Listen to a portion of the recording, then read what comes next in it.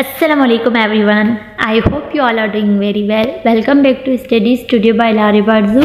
आज का जो हमारा टॉपिक है वो है पिलर्स ऑफ इस्लाम। इससे पहले पिलर्स ऑफ इस्लाम पे हम एक और वीडियो जो है बना चुके हैं, ये उसी से रिलेटेड दूसरी वीडियो है। अगर आप लोगों ने वो वीडियो अभी तक नहीं देखी, वो लेक्चर नहीं सुना, तो अभी जाके वॉच कर लें। आए हम अपने आज के टॉपिक की तरफ मूव करते हैं।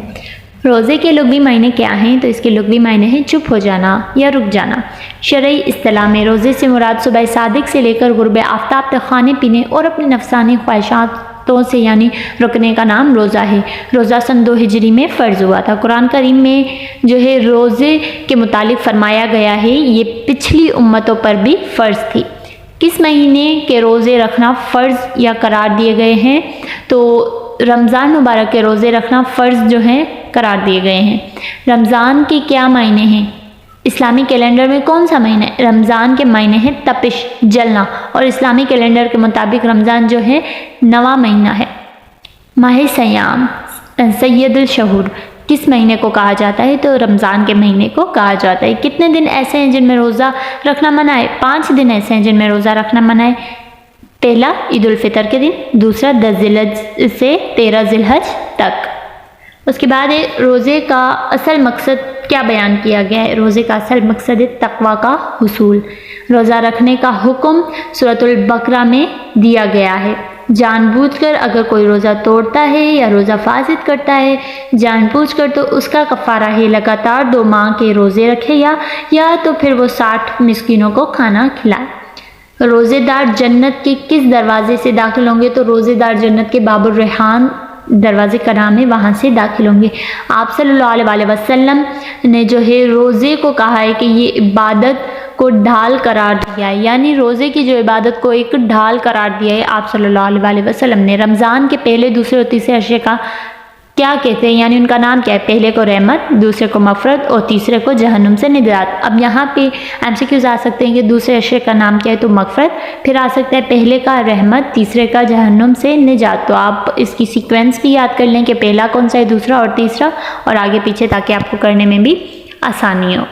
आज नेक्स्ट पे हम मूव करते हैं। एतकाफ़ के क्या महीने हैं? एतकाफ़ के महीने ठहरना। जो रमज़ानुल मुबारक के आखिर के 10 दिन होते हैं, यानी जहन्नुम से निजात का जो अशरा है, उसके 10 दिन जो लोग एतकाफ़ में बैठते हैं, उसकी बात हो रही है। तो उस एतकाफ़ के महीने ठहरना। आप सल्लल्लाहु अलैहि वसल्लम ने आखिरी साल जो था उनकी हयात मुबारक का, उसमें उन्होंने 30 दिन का एतकाफ़ फरमाया था। शब कदर किस महीने में आती है? तो रमज़ान के महीने में शब कदर आती है। शब कदर रमज़ान के किस अशरे में तलाश के लिए बताया गया है? तो आखिरी अशरे में, यानी अशराए जहन्नुम से निजात जो है उसमें शब कदर को तलाश करने का कहा गया है, तलाश करने का बताया गया है। जो ताक रातें होती हैं, यानी ओड में आती हैं ना हमारे पास, 21, 23, 25, 27, 29, इन रातों को कोई भी एक रात शब कदर की हो सकती है। कुरान करीम किस महीने में नाजिल हुआ? तो रमज़ानुल मुबारक के महीने में कुरान करीम मुकम्मल नाजिल हुआ। तरावी के क्या मायने हैं? तरावी के मायने हैं सुकून। किस महीने में सवाब को 70 गुना इजाफा कर दिया जाता है? तो एक सवाब अगर आप करेंगे तो 70 गुना आपको ज़्यादा सवाब मिलता है, तो वो रमज़ान मुबारक के महीने में ऐसा होता है। उसके बाद सदका फ़ितर की मिकदार कितने सेर गेहूँ है? 2.25 सेर। सूरतुल क़दर में लैलतुल क़दर कितनी मरतबा आया है? 3 मरतबा। रमज़ान के क्या महीने हैं? रमज़ान के महीने हैं तपिश या गर्मी। कुरान करीम में कितनी बार नमाज और ज़कात का हुक्म एक साथ आया है? तो काफ़ी मकामात पर 82 है, काफ़ी मकामात पर लिखा है 80, तो दोनों ऑप्शन करेक्ट हुए हैं। तो जो ऑप्शन आए तो आप उसे टिक कर दीजिएगा। देर हमारा आता है ज़कात के लुग़वी मायने क्या हैं? ज़कात के लुग़वी मायने हैं पाक होना। कुरान करीम में नमाज के साथ किस इबादत का हुक्म मिलता है? तो कुरान में नमाज के साथ ज़कात का हुक्म मिलता है। ज़कात साल में एक दफ़ा अदा की जाती है। ज़कात जो है माली इबादत है। अब एक होती है जिस्मानी इबादत जो हम करते हैं, जैसे नमाज़ पढ़ने हैं, हम ठीक है, वो हम जिस्म से अपनी इबादत कर रहे हैं, लेकिन हमारी जो माल की इबादत है, माली इबादत, वो हमारी ज़कात होती है। ज़कात कब फ़र्ज़ हुई? तो ज़कात 2 हिजरी में फ़र्ज़ हुई।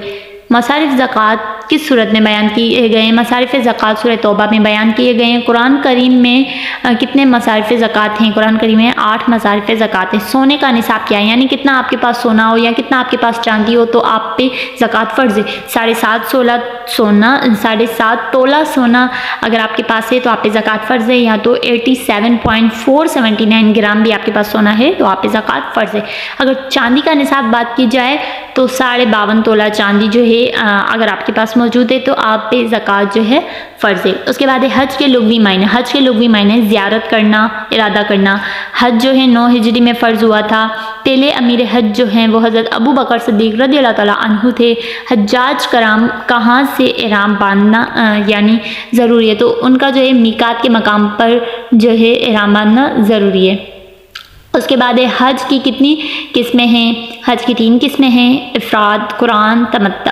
اس کے حج کے کتنے فرائض اور کتنے واجبات ہیں؟ 6 فرائض ہیں اور 7 جو ہیں واجبات ہیں۔ بیت اللہ شریف کے گرد 7 چکر لگانے کو طواف کہا جاتا ہے۔ سعی سے کیا مراد ہے؟ سعی سے مراد صفائے مروہ کے چکر لگانا۔ رمی سے مراد شیطان کو کنکریاں مارنا۔ استلام سے مراد حجر اسود کو بوسہ دینا۔ مرد کا احرام جو ہے 2 کپڑوں پر مشتمل ہوتا ہے جبکہ عورت کا احرام جو ہے 3 کپڑوں پر مشتمل ہوتا ہے۔ حج کا وہ کون سا رکن ہے جس کے بغیر حج نہیں ہوتا ممکن؟ تو وہ ہے وقوف عرفہ، یعنی عرفہ پہ رکنا جو پڑتا ہے نا، اگر وہ کوئی نہیں کرتا تو اس کا حج مکمل نہیں ہوتا۔ آپ صلی اللہ علیہ وسلم نے کتنے حج کیے اور کیا کب کیا؟ 1 حج کیا تھا آپ صلی اللہ علیہ وسلم نے اپنی زندگی میں، اور وہ 10 ہجری میں کیا تھا۔ مکمل حج کی ادائیگی کتنے دنوں میں ہوتی ہے؟ 5 دن میں مکمل حج کی ادائیگی ہوتی ہے، 8 ذی الحجہ سے لے کر 12 ذی الحجہ تک۔ اس کے بعد ایام تشریق کون سے ہیں؟ 9 ذی الحجہ سے 13 ذی الحجہ تک۔ اس کے بعد ہے احرام سے نکلنے کے لیے سر منڈوانے یا بال کتروانے کو کیا کہا جاتا ہے؟ تو وہ قصر یا حلق کہتے ہیں۔ کس کے بغیر حج پورا نہیں ہوتا؟ تو طواف زیارت کے بغیر حج پورا نہیں ہوتا۔ وقوف کے کیا معنی ہیں؟ دوران حج کہاں کہاں وقوف ہے؟ وقوف کا معنی ہوتا ہے ٹھہرنا۔ تو دوران حج 3 جگہوں پہ وقوف کرنا ہوتا ہے، ایک ہوتا ہے مزدلفہ، منی، عرفات۔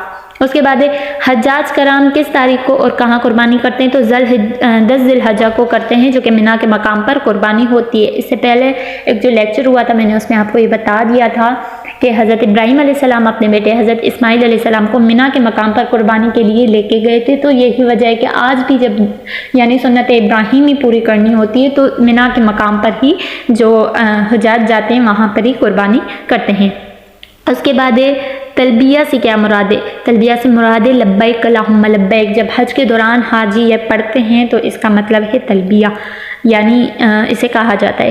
آخری سورۃ النصر ہے، ٹھیک ہے۔ بتائیں یہ کب نازل ہوئی؟ اب یہ حجۃ الوداع کے موقع پر نازل ہوئی تھی۔ رمی سے کیا مراد ہے؟ رمی سے مراد شیطان کو کنکریاں مارنا۔ حجاج کس تاریخ کو کیا کرتے ہیں؟ 8 ذی الحجہ میں یوم تراویہ، 9 ذی الحجہ میں یوم عرفہ یعنی وقوف عرفات وہاں پہ رہتے ہیں، 10 ذی الحجہ میں یوم نحر۔ اس کے بعد ہے ہمارا حجاج کرام کس دن رمی کرتے ہیں؟ تو 11 اور 12 ذی الحجہ کو رمی کرتے ہیں۔ رمی کا مطلب ہے شیطان کو کنکریاں مارنا۔ 11 اور 12 ذی الحجہ کو وہ شیطان کو کنکریاں مارتے ہیں۔ حجاج کرام عرفات میں کون سی 2 نمازیں اکٹھی پڑھتے ہیں؟